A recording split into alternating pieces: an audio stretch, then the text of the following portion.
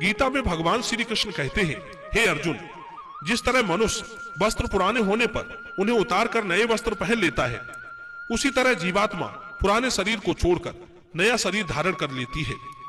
जिंदगी की यात्रा में हजारों कठिनाइयां, हजारों यातनाएं, दुख, कलेश, संताप भोगते भोगते मनुष्य का शरीर जर्जर हो जाता है, जिसकी नवीनता, तेज, बल क्षीण हो जाता है। इसलिए वो बुढ़ापे की अवस्था को प्राप्त होता है। जिस तरह गाड़ी पुरानी होने पर नई की अपेक्षा बहुत कुरूप दिखने लगती है, और ये बात सिर्फ मनुष्य में नहीं बल्कि पृथ्वी पर उत्पन्न होने वाली हर एक वस्तु, हर एक प्राणी में होती है। बुढ़ापा आने का एक कारण और है, और वो है परिवर्तन। जिस प्रकार प्रकृति स्वयं में परिवर्तन करती रहती है, एक जैसा मौसम कभी नहीं रहता। एक वर्ष में 6 ऋतुएं बदलती हैं, हेमंत, ग्रीष्म, वर्षा, शरद, शिशिर, बसंत। ये ऋतुएं बदलते मौसम की पहचान है। बदलते रहना यहाँ का नियम है। जैसे प्रकृति कई रूप धारण करती है, उसी तरह हमारे अंदर भी बदलाव होता रहता है। बदलाव होने से शांति और सद्भाव बना रहता है। मान लीजिए कोई राजा दुष्ट है और वो सदा सदा के लिए राजा बना रहे, तो प्रजा उसे कैसे झेलेगी? अधिक समय तक सत्ता में रहने से उसमें दुष्टता आ जाएगी, अहंकार आ जाएगा। इसलिए बदलना बहुत जरूरी है। कहते हैं, एक ही चीज बार बार खाने से, एक ही वस्तु को बार बार देखने से, एक ही ध्वनि बार बार सुनने से मन ऊब जाता है। बुढ़ापा आने का तीसरा कारण है कि जो हम करते हैं वही हमें आगे चलकर मिल जाता है। हमने अपने जीवन में जो कुछ भी किया है, अच्छा या बुरा, उसका परिणाम भी तो मिलना है। कुछ का परिणाम जीते जी मिल जाता है और कुछ कर्मों का मृत्यु के बाद। जिंदगी के सफर में ये 4 पड़ाव होते हैं। जैसे सेना में भर्ती होने के लिए हमें कई परीक्षाओं से गुजरना पड़ता है, उसी तरह मनुष्य के जीवन में ये 4 अवस्थाएं उनके लिए परीक्षाओं के समान है। बुढ़ापा मृत्यु से पहले की अवस्था है, जिसमें आते आते जीवन के सारे रस क्षीण हो जाते हैं। केवल दुख ही दुख रह जाता है। वैसे तो मनुष्य के पूरे जीवन में दुख लगे ही रहते हैं, पर बुढ़ापा आने पर सारे दुख इकट्ठे हो जाते हैं। इधर शरीर का जर्जर होना, उधर दुखों का आना। मित्रों, सच्चाई तो ये है कि धरती पर मिलने वाले सुख जो हमें भौतिक वस्तुओं से मिलते हैं, वे सारे सुख शरीर के होते हैं। उन सुखों को भोगने वाला शरीर होता है, पर बुढ़ापे में वही शरीर शिथिल हो जाता है, इंद्रियां कमजोर हो जाती है, सुख भोगने की शक्ति ही नहीं बचती। तो स्वाभाविक है, सुख नहीं भोग सकता तो उसके पास दुख ही दुख रह जाते हैं। संसारिक लोग भी उसकी केयर नहीं करते, क्योंकि वे मतलबी हैं। उन्हें आपके सुंदर तन से प्यार था, आपके धन से प्यार था।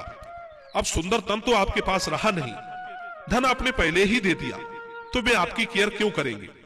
जो उन्हें चाहिए था वो उन्हें मिल गया, रह गए सिर्फ आप अपने लाचार, असमर्थ और वृद्ध शरीर के साथ अकेले। अब उस दुख को सहने के अतिरिक्त तुम्हारे पास कोई विकल्प नहीं है। अब तो सिर्फ एक ही सहारा रह जाता है, मृत्यु का, कि मृत्यु आए और उसे सारे दुखों से मुक्ति दिला दे। पर वो भी बड़ी निर्दयी है, समय से पहले वो भी नहीं आती। आते हैं तो सिर्फ दुख। मित्रों, बुढ़ापे में मिलने वाला दुख अतीत में किए गए कर्मों का संचित फल होता है, जो हम स्वयं बोकर आए थे। यदि आप चाहते हैं कि आपका बुढ़ापा भयंकर दुखों से भरा ना हो, तो जो लोग अभी बूढ़े नहीं हुए हैं वो मेरी बात ध्यान से सुन लें। सबसे पहला काम आपको ये करना है कि अपनी संतान को अच्छे संस्कार देकर परोपकार और दया धर्म का पाठ पढ़ाना है। यदि उनके अंदर परोपकार की भावना होगी, दिल में दया का भाव होगा, धर्म का ज्ञान होगा, तभी वो बुढ़ापे में आपकी कदर करेंगे, अन्यथा नहीं। बुढ़ापा आने पर यदि आपकी संतान ने आपका साथ नहीं दिया, तो इससे बड़ी दुख की बात और कोई नहीं होगी। मनुष्य को वो दुख सबसे अधिक पीड़ित करता है जो अपनों के द्वारा दिया जाता है। मित्रों, एक बार सोने ने लोहे से पूछा, हे भैया लोहा, जिस हथौड़े से तुम पिटते हो उसी हथौड़े से मैं पिटता हूं, पर मैं तो इतना चिल्लाता नहीं जितने कि आप चीखते हो, इसका क्या कारण है? तब लोहे ने कहा, भाई, तुम जब पिटते हो तो तुम्हें मेरे जितनी पीड़ा नहीं होती होगी, क्योंकि तुम्हें जिस हथौड़ी से पीटा जाता है वो लोहे की बनी होती है। तुम ये सोचकर शांत रहते हो कि चलो मुझे पीटने वाला कोई मेरा अपना नहीं है, पर वही हथौड़ा जब मुझे पीटता है तो मुझे बहुत दुख होता है कि मेरा ही भाई मुझे मारने पीटने पर आमादा है। जब अपना ही अपने को मारने लगे तो दुख होगा ही होगा। इसीलिए मैं तेज तेज चीखता हूं। मित्रों, ये बात अच्छी तरह से ध्यान में रखना। बुढ़ापे में जब संतान साथ नहीं देती, छोड़कर चली जाती है या उल्टा आपको मारने पीटने लगती है, इसका मतलब है आपने उन्हें पढ़ाया लिखाया तो बहुत, धन कमाने में दक्ष बना दिया, पर उन्हें सदाचार के लक्षण नहीं सिखाए, अच्छे संस्कार नहीं दिए। यही कारण है कि बुढ़ापे में उन्होंने आपसे मुख मोड़ लिया। दूसरी बात आपको यह ध्यान में रखनी है कि आप कभी निकम्मा बनकर ना रहें। जितनी सामर्थ्य हो उतना कोई ना कोई कार्य करते रहना चाहिए, जिससे सभी आपको महत्व देते रहे। और ये आदत आपको जवानी से ही बनाकर रखनी चाहिए। अगर जवानी में आपने सोच लिया कि मेरे पास बहुत सा धन है, मेरे बच्चे भी जवान हो गए हैं, अब मुझे कुछ करने की जरूरत नहीं है, सारा कारोबार बच्चों के हाथ में दे दिया और स्वयं आराम की जिंदगी जीने लगे, तो याद रखना वो आराम आपको बुढ़ापे में बहुत कष्ट देगा। उस समय आप ना तो काम करने की स्थिति में होंगे और संतान ने भी साथ छोड़ दिया तो फिर आपका कोई नहीं होगा। इसलिए कभी किसी पर बोझ बनकर मत रहना। तीसरी बात, कम से कम बोलना। ज्यादा बोलने से शक्ति और बुद्धि दोनों छीड़ हो जाते हैं, फिर कोई आपको भाव नहीं देता। वे रोज रोज की आपकी बकबक से तंग आ जाते हैं। अच्छाई इसी में है, कम से कम बोलिए।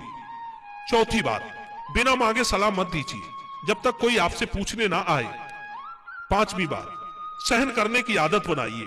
कहते हैं सहनशीलता ही परिवारों को जोड़े रखती है। यदि किसी ने आपस में कोई टेढ़ी बात कह दी और आपने उसे सहन कर लिया तो आपके परिवार में बिखराव की स्थिति नहीं बनेगी। अगर आप अकेले पड़ गए, परिवार उजड़ गया, तो उस स्थिति में आपको कोई नहीं पूछेगा और आपके परिवार की शक्ति कमजोर पड़ जाएगी। मित्रों, मुझे उम्मीद है कि आप इन बातों को अपने जीवन में जरूर उतारेंगे। तो चलिए मिलते हैं आपसे अगली वीडियो में एक और चर्चा के साथ। आप सभी का बहुत बहुत धन्यवाद। जय श्री कृष्ण।